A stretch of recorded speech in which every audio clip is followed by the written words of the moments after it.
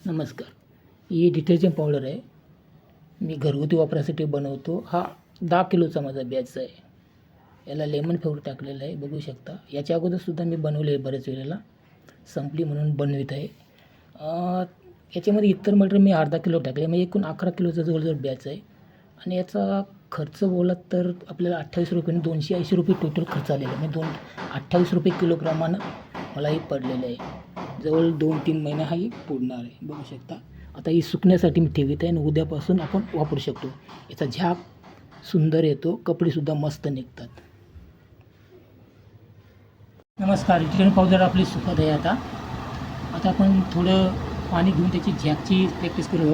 पाणी घेतलेलं आहे मी थोडंसं. त्याच्यामध्ये थोडीशी इतकी पावडर टाकू आपण. हे झाक आपल्याला समजेल कसा येतो तो. टाकल्या सुरुवात झालेली आहे. बघू शकता झाक यायला सुरुवात झालेली आहे.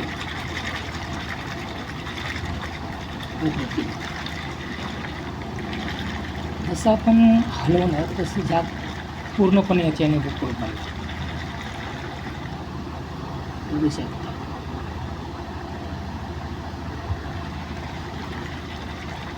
हे आपलं प्रोजेक्ट सक्सेसफुल झालेले सिद्ध होतो आणि कपडेसुद्धा सुंदर आणि वाससुद्धा मस्त आहे. आता जवळजवळ जसं घसणार आपण तसं हे पूर्णपणे घमेल भरेल, बघू शकता तुम्ही. जितकं तुम्ही घसणार तसं तुम्ही घमेल पूर्णपणे भरणार आहे, बघू शकता. आणि बबूल पण किती सुंदर आले, बघू शकता.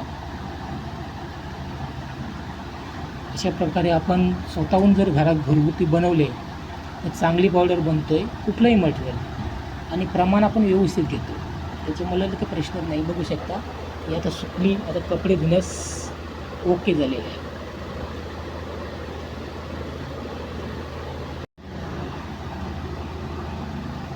हे झाक पूर्णपणे थोडंच टाकलं होतं, थोडं पाणी घेतलं होतं, पण पूर्णपणे आणखी जर घसलं तर आणखी ते पूर्णपणे वरपर्यंत येईल, बघू शकता. जसं आपण आतमध्ये प्रेस देणार घसणार तसं ते झाक आहे वरपर्यंत येतं, पूर्णपणे इथंपर्यंत लागलेलं आहे. बघू शकता. मग अशी आपण झाक कसा होतो ते बघलं. आता बराच वेळ झालेला आहे, तरी पण जसे तसे आहेत बघा, बघू शकता. आणि किती सुंदर दिसत आहे. वास पण एकदम मस्त एकदम. ज्या वेळेला मी कपडे धुवून याच्यातनं काढीन तो एक व्हिडिओ तुम्हाला दाखवेन की कपडे कसे निघतात, डाग कसे निघतात ते. झाक तर सुंदर आलेला आहे, वास पण सुंदर आला आहे. थोडी टाकली होती, जसं आपण घासणार तो तसं ही झाक निर्माण होतं आहे, बघू शकता. आणि हातालासुद्धा काही इजा नाही आपल्या इतरपेक्षा. म्हणजे आपले प्रोजेक्ट आपण जे घरगुती बनले सक्सेसफुल झाले सिद्ध होतं आहे.